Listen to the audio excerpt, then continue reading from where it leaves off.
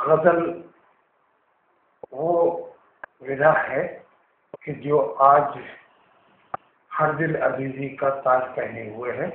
ہر کوئی غزل کہنا پڑھنا سننا چاہتا ہے. یہاں جتنے بھی لوگ نئے غزل کہنے کے لیے آئے ہیں، جو چاہتے ہیں کہ غزل کیا ہے، ان کے لیے میں بتانا چاہتا ہوں کہ غزل ایک شعری مجموعہ ہے جس میں پہلے مصرے سے غزل کے لے کر آخری مصرے تک ایک بحر، ایک وزن، ایک قافیہ اور ردیف کا استعمال ہوتا ہے.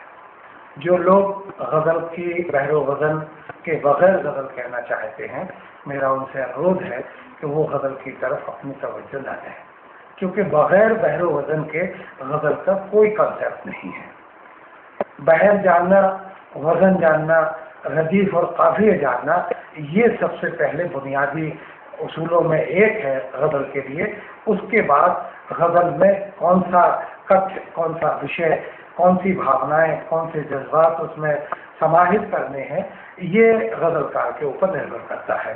بھاشا کون سی استعمال کرنی ہے، اردو، ہندی، مشرق یا کسی بھی زبان کے الفاظ کا استعمال کر سکتے ہیں، محاورے، النکار کا استعمال کر سکتے ہیں، لیکن جو بنیادی چیز ہے وہ ہے غزل کے لیے ان چار چیزوں کا جاننا بہت ضروری ہے کہ غزل کس بحر میں کہی جا رہی ہے.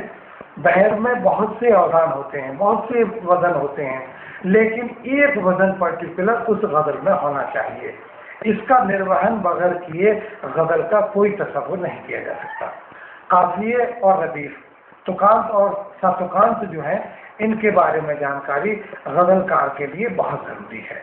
پھر اس کے بعد آتا ہے کہ میں سمسامئی غزل کہتا ہوں، یا میں رومانی غزل کہتا ہوں، یا میں راجنیتی کی غزل کہتا ہوں. وہ غزل کے وشے کے انوروپ بہت سے بحث ہو سکتے ہیں، لیکن شرف کے اعتبار سے غزل کا ایک ہی سوروپ ہے، اور وہ ہے غزل کا چھند ودھان، جو اردو نے اپنی 800 سالہ سفر سے حاصل کیا ہے. اسے جاننا، اسے سمجھنا، اس پر یعنی عمل کرنا، یہ ہر نئے غزل کار کے لیے ضروری ہے، اور وہ کسی نہ کسی معتبر استاد، مستند استاد سے مشورہ لیے بغیر حاصل نہیں ہو سکتا. کیونکہ ہندی کاویہ چھیتر میں اس کا ابھاؤ ہے، گرو اور ششیہ پرمپرا کا، اس لیے غزل کے چھیتر میں بھی وہ لوگ اسے سویکار نہیں کر پاتے. اردو میں استاد اور شاگردی ایک بہت بڑی وشدھ پرمپرا ہے جو صدیوں سے چلی آ رہی ہے اور آج بھی قائم ہے. استاد جو اپنے تجربات ہیں، جو اس کے اپنے مشاہدے ہیں، وہ بہت آسانی سے اپنے شاگردوں کو دے دیتا ہے، اور شاگرد اس میں وشیگت یعنی پارنگت ہو جاتے ہیں. ان کی غزل جو ہے وہ اس لیے نکھار ہوتی ہے کیونکہ استاد کا انوبھو اس میں شامل ہوتا ہے. ہندی کے غزل کار ایسا نہیں کرتے، اس لیے انہیں سمے بھی لگتا ہے اور ان کی غزل میں وہ نکھار بھی نہیں آتا.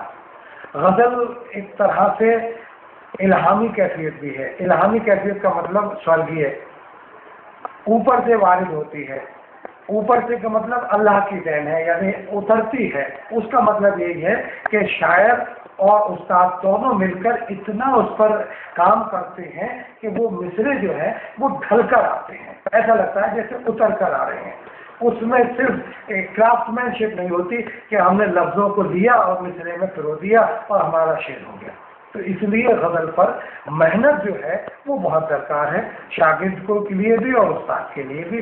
اور یہ استاد اور شاگردی کا جو چلن ہے یہ نئے غزل کار کے لیے بہت دشا اور دشا دونوں پردان کرتا ہے. غزل میں جو لوگ محنت نہیں کرنا چاہتے، جو غزل کو ایک آسان کھیل سمجھتے ہیں یا یہ سمجھتے ہیں کہ غزل سے زیادہ آسان غذا کوئی نہیں ہے، میں ان کے لیے اپنے ایک شعر سے چاہتا ہوں کہ وہ اس پر ضرور دھیان دیں.